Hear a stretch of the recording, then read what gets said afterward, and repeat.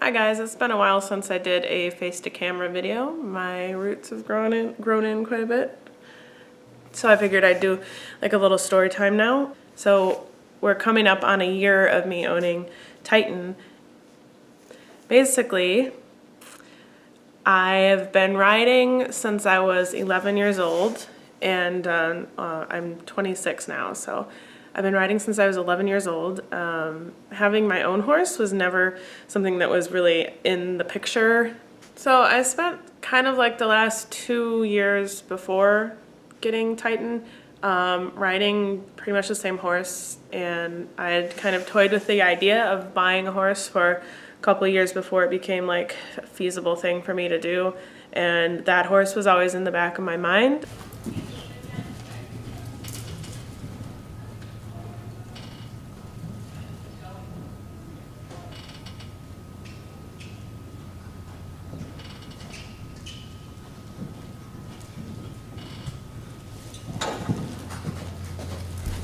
I thought about buying him for a long time because I knew that they would sell if I offered to buy.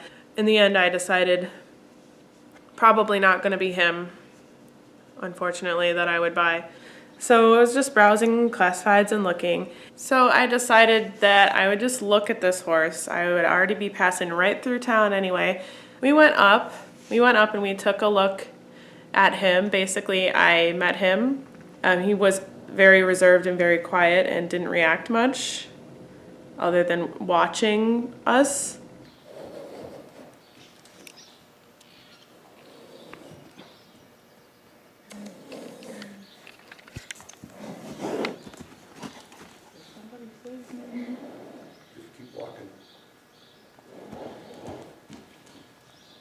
I also knew that wasn't going to be his true personality, the way he was acting with all the new people in his place. So I saw him just be free lunged around a round pen.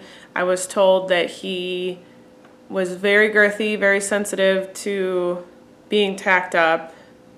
I knew from the pictures I was sent of him wearing a surcingle, he was just drenched in sweat, and it was like nervous sweat. It wasn't like, oh, he'd been working hard sweat, because whatever he worked up in a round pen, he shouldn't have come to that much sweat. And I went on to the event, the convention that I was going to in Minneapolis, and I thought about it all weekend, well, in the back of my mind while I was partying and having fun. Then I came home and I thought about it some more, and I talked with my trainer a little bit about it. I just thought he could have the opportunity to be a much different horse when he got into a regular routine, regular work. First of all, I had to try and look up the vet that we used when I lived up there. I was actually on a different horse having a lesson when she called, and I told my trainer then, I'm expecting a call from a vet who's vetting a horse for me right now. And so I had to stop the lesson. First of all, I was told he was 10, and at a time when he was 5 or 6, he was started and backed. So I thought we could go from there. That he was incredibly girthy.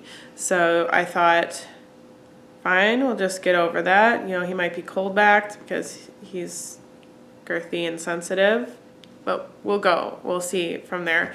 And that day I pretty much put an offer in, and then it was just a rush to get the horse shipped to me before I went out of the country. That's the other thing I didn't mention. Actually, bought some plane tickets to New Zealand before I even started looking at the horse, because I found them on a pretty good sale.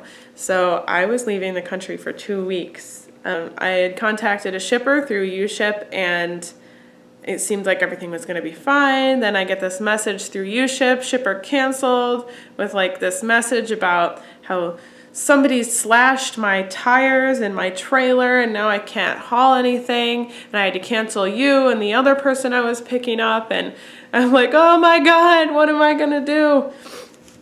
And so then I was just like going through shippers and trying to find stuff, and I knew they were all gonna be really, really, really, really expensive. So finally, the barn owner agreed to ship the horse for me, and they were like, okay, well, you can come up with us and you can meet the seller and everything. And I was like, I can't, I'm working like every single day. Like I work, weekends are my busiest days, and I'm working like every single day up till I'm taking this chunk of 2 weeks off to go to the southern hemisphere on the opposite side of the planet from us.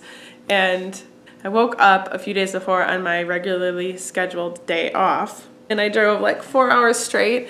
I opened the stall door and gave him a pat, and then we went in the house and just, signed the bill of sale. Thank you so much for watching this really long video with questionable lighting.